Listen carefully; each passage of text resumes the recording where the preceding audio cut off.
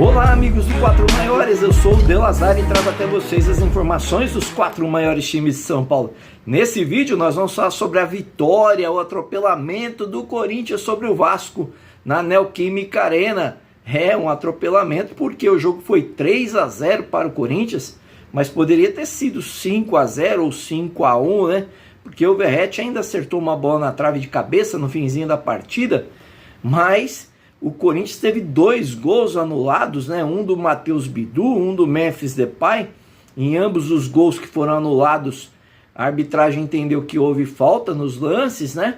Então, dessa forma, o Corinthians venceu por 3-0, a maior goleada do Campeonato Brasileiro até o momento, nessa segunda rodada. E o Corinthians foi dominante, né? Atropelou o Vasco do começo ao fim, insinuante, boas tabelas, né? Uma boa movimentação ofensiva e não precisou de tantos chutes a gol assim quanto se imaginava para poder chegar à vitória o Corinthians aí, né? Como chegou com tamanha facilidade. Mas foi assim digno de um futebol eficiente. Eu acredito que se tivesse jogado essa bola na quarta-feira contra o Huracan, independente dos adversários serem diferentes, né? O Vasco demonstrou muita fragilidade nessa partida de hoje, talvez porque economizou alguns jogadores aí que jogaram na quinta-feira no Equador, viagem, né? Fizeram 2 treinamentos apenas. O Vasco foi aí uma vítima fácil para o Corinthians, né? De quebra, o Memphis Depay quebrou um jejum de um mês sem marcar, voltou a marcar, deu assistência, né? Participou do terceiro gol, onde ele chuta, o goleiro defende e a bola bate no zagueiro do Vasco, o João Vitor, e entra. Uma ótima participação do Memphis Depay em toda a partida, como eu disse, teve gol anulado. No gol do Matheus Bidu, ele que dá assistência para o Matheus Bidu. Então, assim, uma apresentação de gala do Memphis Depay nesse jogo de hoje, uma exibição para mim nota 10, jogou muita bola, para mim o melhor jogador do time do Corinthians. De certo que Yuri Alberto também se destacou, Rondinelli se destacou, Matheus Donelli foi exigido somente nessa bola na trave do Verratti, onde ele ainda encosta na bola antes de ela pegar na trave, e num chute anterior não foi tão exigido o Matheus Donelli, tampouco a zaga, né, do Corinthians foi tão exigida. Como eu disse, o Vasco foi presa fácil, né? A gente gosta aqui de trazer sempre os números da partida para você entender bem como é que foi a partida, né?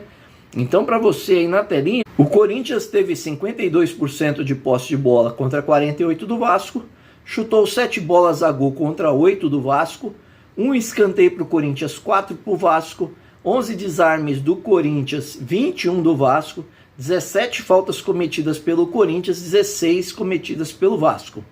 O Vasco recebeu 2 cartões amarelos, o Corinthians 3, e 1 cartão vermelho para o Ramon Dias, que reclamou da anulação do segundo gol do Memphis.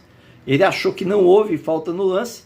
Eu também fiquei com as minhas dúvidas. Eu achei que no primeiro lance da anulação do gol do Matheus Bidu, ok, mas desse segundo gol que foi anulado do Corinthians, eu tenho minhas dúvidas, tá? Eu não achei que foi ali para anular esse gol, mas não fez falta o Corinthians sobrou na partida, né? O Memphis aí com uma exibição de gala, como eu disse, nota 10, Rondinelli muito bem, né? O Matheus Bidu não comprometeu também, o Matheus Bidu não comprometeu do lado esquerdo, jogou bem também, Mateuzinho do lado direito. O Corinthians num todo, coletivamente, né, esteve muito bem. O Yuri Alberto fez um gol, deu uma assistência para o Memphis. Houve ali até uma discussão por parte do Vasco no gol do Memphis, no primeiro gol, né? Que o Rondinelli teria tocado a mão na bola. A bola até toca na coxa dele, no braço que está colado ao corpo. O VAR informou isso para o Daronco, e o Daronco manteve a posição de campo, validando o gol do Corinthians. De certo que o Corinthians fez uma partida soberana, né? Uma partida dominante, uma partida que dá ânimo ao torcedor do Corinthians aí para a corrida ao longo do Campeonato Brasileiro. O Corinthians que nesse momento assume a liderança com 4 pontos, com um jogo a mais do que os concorrentes, né? Vão jogar ainda na rodada, mas independente disso, o Corinthians nesse momento é líder do brasileiro, né? O Vasco para nos 3 pontos, a vitória do Corinthians serviu para isso, né? Para segurar o Vasco nos 3 pontos, ultrapassá-lo e entrar aí nessa briga pelo brasileiro. O Corinthians que fez um fechamento de brasileiro muito bom ano passado, né? Fechando as 9 últimas rodadas com vitórias, fez bons jogos, né, ano passado, e bons jogos agora, né, nesse começo de brasileiro, quando empatou com o Bahia, e agora venceu o Vasco, né. O Corinthians agora, nós vamos falar quais são os jogos que o Corinthians fará. O Corinthians joga diante do América de Cali na terça-feira, às 21h30 no estádio Pascoal Guerreiro, fora de casa. Depois volta a jogar pelo Brasileiro contra o Palmeiras no sábado, dia 12/4, na Arena Barueri, clássico diante do Palmeiras. O Vasco, por sua vez, joga na quarta-feira, 21h30 contra o Porto Cabedelo, né, que fala, em São Januário. E pelo Brasileiro joga também no sábado, dia 12, às 21h, contra o Sport Recife, dentro de casa. Esses são os compromissos de Corinthians e Vasco. Eu queria saber de você aí, amigo do canal, o que você achou da atuação do Corinthians, né?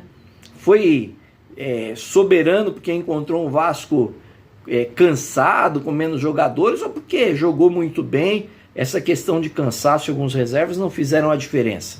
Comente aí com a gente, amigo vascaíno, o que você pensa sobre o Vasco também, né? Se sentiu muita falta ali do Verratti na frente. Nós notamos que quando o Verratti entrou, já deu uma cabeçada na bola que pegou na trave, né? Então, nota-se que é um jogador importantíssimo no ataque, mas o treinador optou por poupar alguns jogadores do Vasco, especialmente o Verratti. Tá bom, amigo do canal? Espero que vocês tenham gostado aí da opinião, dos comentários. E claro, se gostou, deixa aquele like maroto, como diz o meu filhão. Se inscreva no canal, acione o sininho de notificações. Gostou demais da conta? Compartilhe com os amigos, com a família. Valeu, um abraço!